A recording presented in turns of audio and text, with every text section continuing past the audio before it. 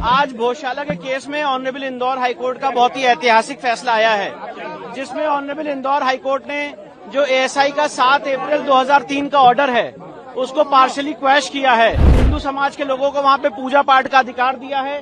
Court ने Bhojshala complex को राजा भोज का माना है, एक सरस्वती स्कूल माना है। इसमें सबसे महत्वपूर्ण बात यह है कि भोजशाला के केस में जो हमारी मांग थी कि वहां से लंदन के म्यूजियम से मूर्ति वापस लाई जाए, कोर्ट ने कहा है कि सरकार इस रिप्रेजेंटेशन को कंसिडर करे। देखिए आज भोजशाला के केस में माननीय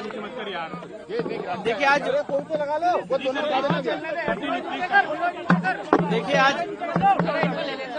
आराम से थोड़ा सा शांति रखिए। छोड़ दो, आप उठा लेंगे वो। देखिए आज भोजशाला के केस में ऑनरेबल इंदौर हाईकोर्ट का बहुत ही ऐतिहासिक फैसला आया है, जिसमें ऑनरेबल इंदौर हाईकोर्ट ने जो एएसआई का 7 अप्रैल 2003 का ऑर्डर है उसको पार्शली क्वैश किया है और हिंदू समाज के लोगों को वहां पे पूजा पाठ का अधिकार दिया है। कोर्ट ने भोजशाला कॉम्प्लेक्स को राजा भोज का माना है, एक सरस्वती स्कूल माना है लर्निंग का। साथ ही साथ इसमें सबसे महत्वपूर्ण बात यह है कि भोजशाला के केस में जो हमारी मांग थी कि वहां से लंदन के म्यूजियम से मूर्ति वापस लाई जाए, कोर्ट ने कहा है कि सरकार इस रिप्रेजेंटेशन को कंसिडर करे।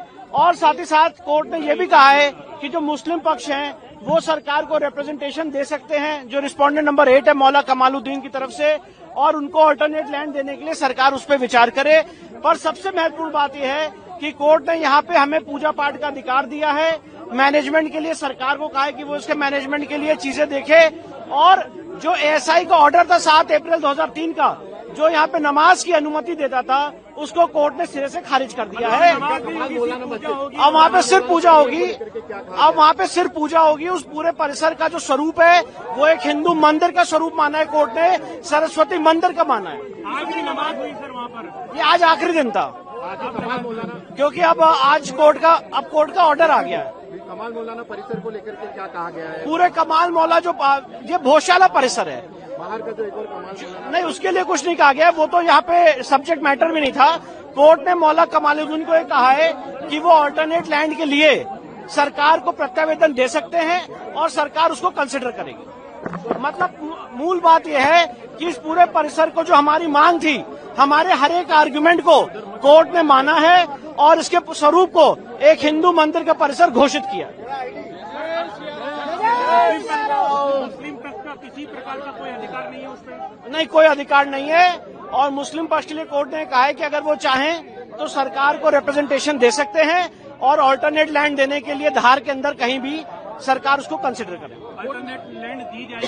नहीं, कोर्ट ने ये कहा है, जो कोर्ट का वर्ड है मैं वो बता रहा हूँ कि अल्टरनेट लैंड के लिए वो प्रत्यावेदन देंगे, चाहे वक्फ बोर्ड की तरफ से, चाहे मौलाना कमालुद्दीन की तरफ से, और फिर उसको सरकार कंसिडर करे। राम मंदिर में दिया गया था उसी जी सर, कोर्ट ने ये कहा है। देखिए जो कोर्ट की वर्ड से मैं वो बता रहा हूँ। मस्जिद के लिए मतलब अलग जगह दी जाएगी? उन्होंने कहा दी जाएगी नहीं, अगर मांग की जाती तो सरकार उसको कंसिडर करेगी, ये कहा है। कितने पेज का सर ये डिसीजन है? और ये तो अब अपलोड होगा तो पता चलेगा, पर काफी बल्कि ये ऑर्डर है।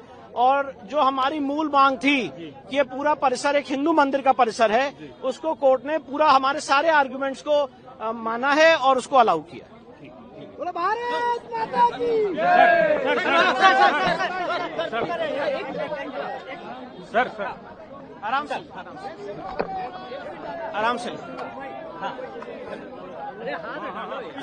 यार भाई, आराम से। देखिए भोजशाला के केस में आज माननीय इंदौर हाईकोर्ट का बहुत ही अहम और ऐतिहासिक फैसला आया है।